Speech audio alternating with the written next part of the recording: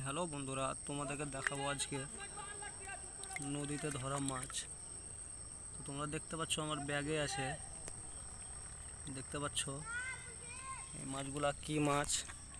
কেউ জেনে থাকলে অবশ্যই বলবে। আমি একটাকে উঠিয়ে দেখাচ্ছি,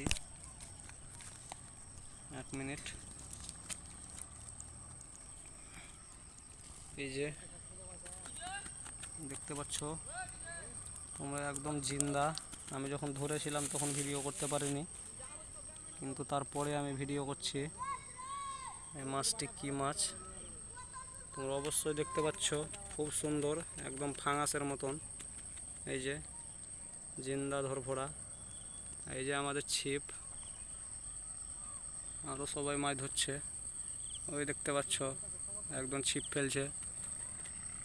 এটা নদী।